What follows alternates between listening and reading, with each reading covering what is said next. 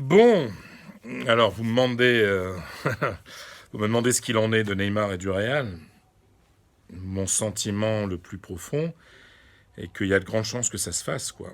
C'est hallucinant, voilà. Il y a une vieille expression française qui dit c'est l'occasion qui fait le larron.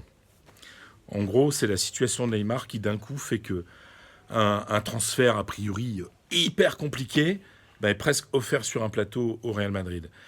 Il y a 3 semaines, je peux vous assurer que personne au Real Madrid ne pensait engager Neymar. D'ailleurs, les sondages faits auprès des socios par le Real au printemps, mais l'immense majorité des supporters étaient ces socios, hein, donc des gens qui votent tous les 4 ans pour élire le président, ils étaient contre la venue de Neymar.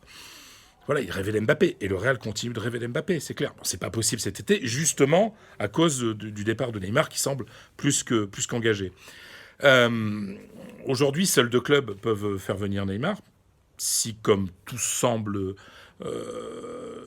être clair, enfin, le PSG veut se débarrasser du Brésilien, le Barça et le Real. Alors, le Barça, c'est l'objectif numéro 1 de Neymar. Il a ses amis, il adore la vie à Barcelone. Il s'est rendu compte qu'il avait fait une connerie en quittant Barcelone. Mais le problème du Barça, c'est qu'ils n'ont pas pu vendre Coutinho. Donc le Barça n'a pas d'argent pour payer le transfert et n'a pas d'argent non plus pour payer le salaire de Neymar.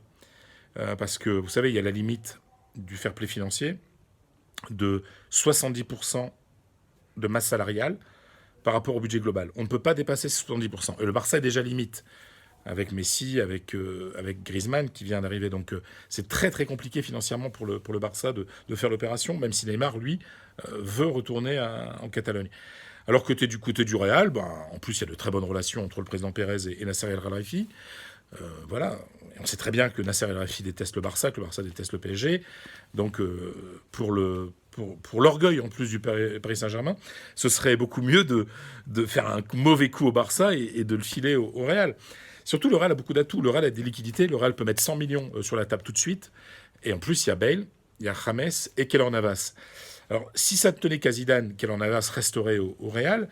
Mais à un moment, voilà, Navas est le numéro 2, le club, puisque c'est une décision un peu de club. Voilà, il faut faire jouer Courtois qui a été acheté 35 millions la saison dernière. Donc Navas n'est que le remplaçant. Si, avec l'opération 100 millions, plus Navas, plus peut-être un autre joueur, Isco, je sais pas, ou dans l'opération, le Real Madrid a plein d'alternatives, plein de joueurs différents pour pouvoir faire Neymar. Donc voilà. Zidane dans tout ça. Oh, bonne question, je vous vois là, vous posez la question. Je vous réponds. Zidane ne veut pas de Neymar au départ. Ah non, c'est pas son objectif. En plus, il est toujours obsédé par l'idée de faire venir un milieu. Et à commencer par Paul Pogba. Donc tant que le marché espagnol ne sera pas terminé, c'est-à-dire comme en France le 2 septembre, Zidane va rêver de Pogba. Mais attention, Zidane est un homme de club. Et si le club lui dit, voilà, il y a une priorité, il faut qu'on fasse venir Neymar, je suis persuadé que Zizou finira par l'accepter, avec des garanties que Neymar, le comportement du joueur va être en adéquation avec ce que demande un entraîneur aussi exigeant que Zizou. Parce que Zizou aime bien le joueur, hein. Sauf que c'est l'entourage et sa vie extrasportive qui dérange un peu. Voilà les amis, donc on attend tranquillement ce qui va se passer.